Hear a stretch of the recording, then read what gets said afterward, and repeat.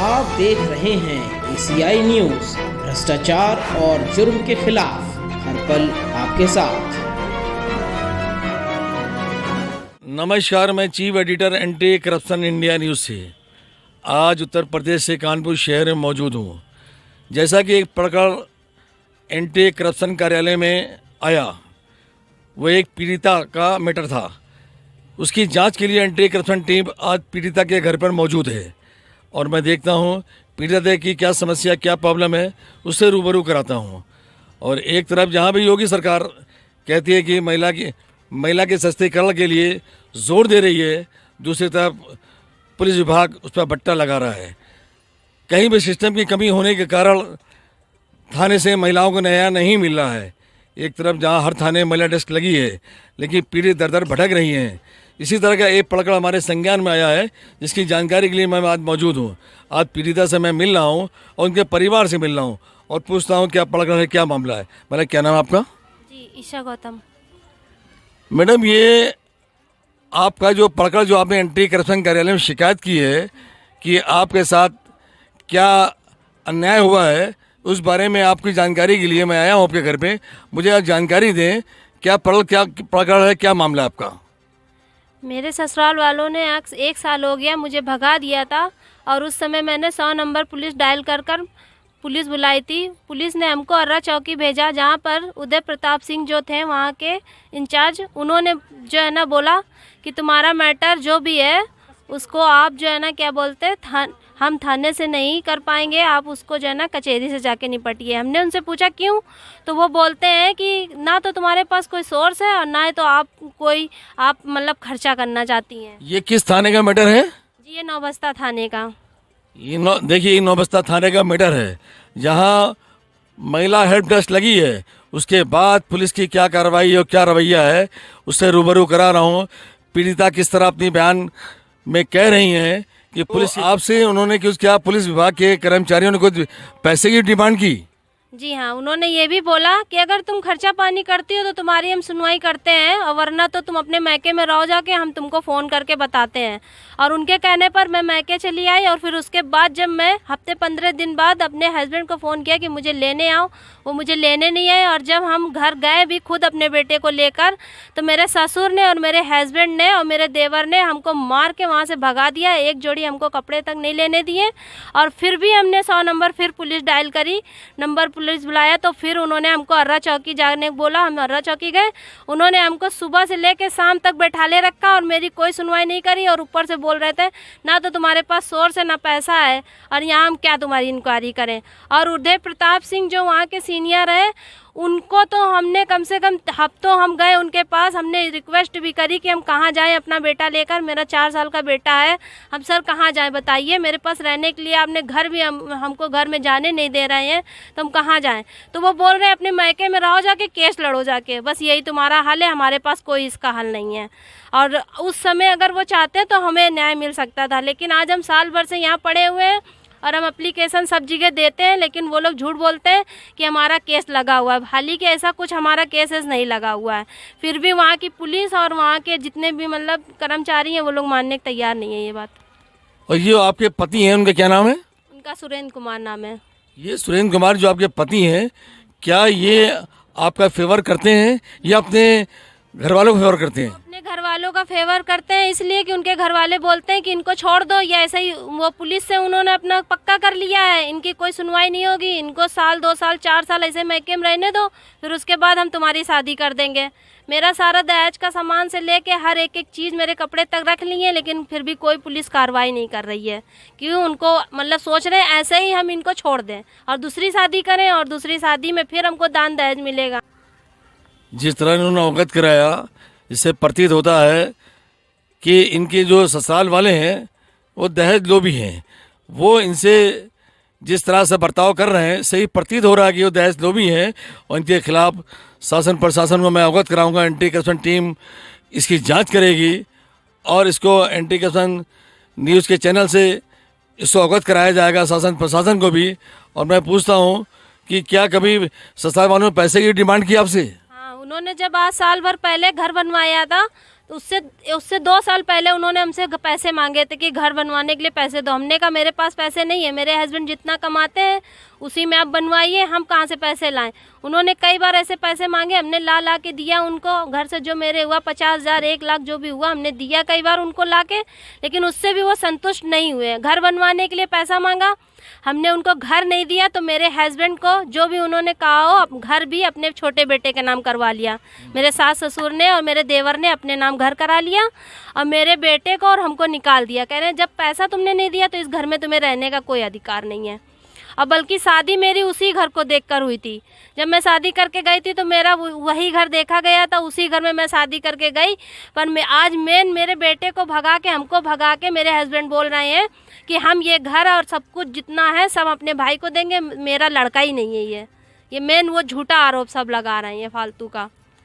जैसा इन्होंने अवगत कराया, इससे प्रतीत होता है कि ये सब मिली भगत है और अपने बेटे को अपने साथ मिलाकर इनके साथ धोखा किया जा रहा है। और इस तरह से ये परेशान हैं, दर दर अधिकारियों को चक्कर लगा रही हैं, लेकिन इनको न्याय नहीं मिल रहा है।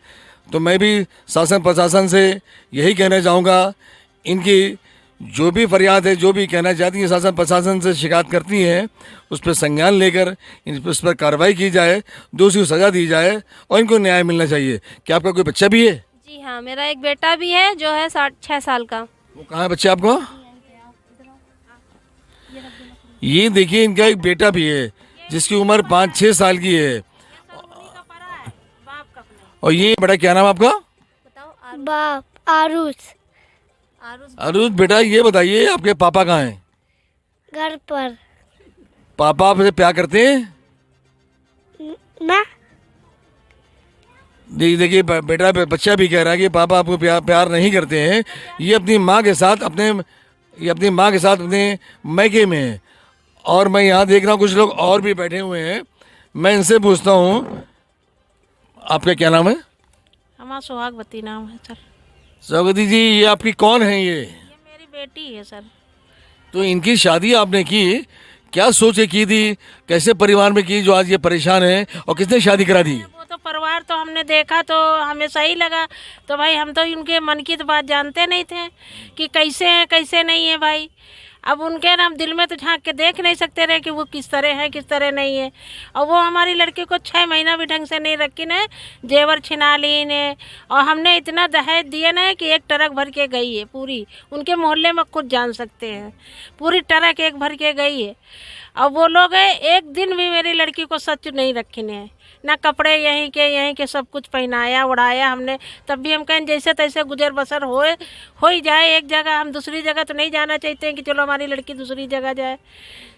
जिस तरह परिवार ने बताया और पीड़िता की माँ ने बताया, उन्होंने किस तरह से अपने आप को बर्बाद कर दिया, इनके लिए सारा दहेज इकट्ठा किया, उनको दिया, और उसके बाद भी लकी सुखी नहीं है। आज उनके कारण पीड़िता अपने घर पर है।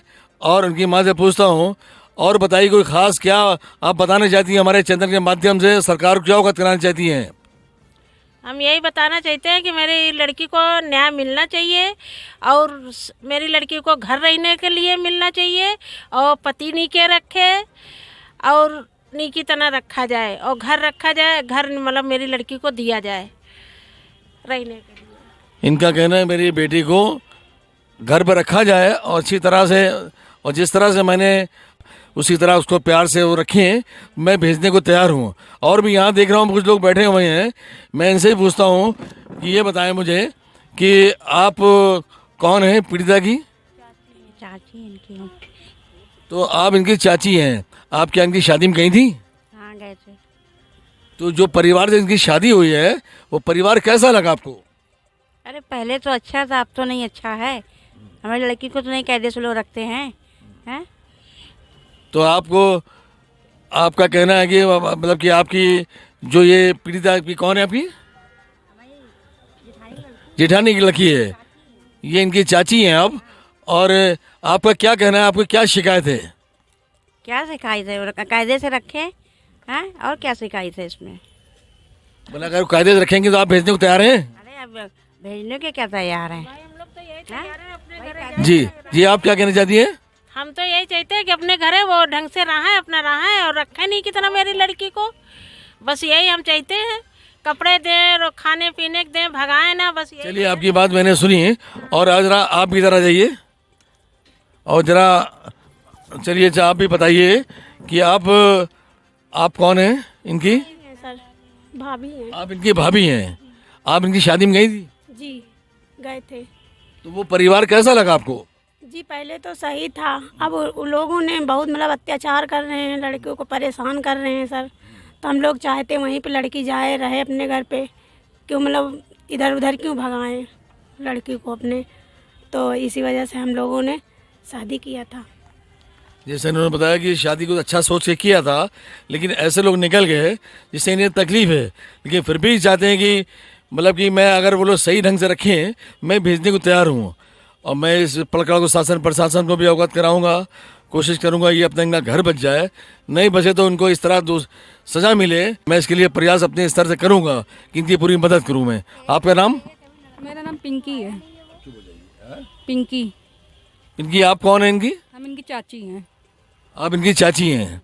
आपने क्या देखा? जी हमने देखा जब हम इनकी लड़ाई हो रही थी, इन्होंने फ़ोन किया, हम लोग गए तो हमने बोला कि क्यों मारा हमारी बेटी को। तो कहने लगे कि आपकी बेटी मतलब वो मारने लगे उसको। इसको जब हम लोग ने बोला क्यों मारा तो हम लोग को भी गाली गलौज बकने लगे, भगाने लगे हम लोग को भी।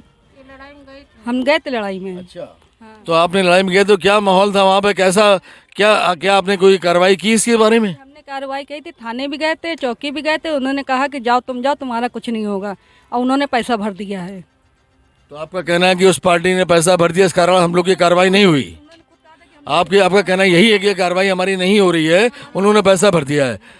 हाँ क्या कह रही हैं आप? हमारी कोई सुनवाई नहीं हो रही। उन्होंने वो चौकी में कहा, थाने में भी कहा कि उन्होंने पैसा भर दिया है, हम आपकी कोई बात नहीं सुनेंगे, आप जाइए अपने घर, जो होगा वहाँ से होगा।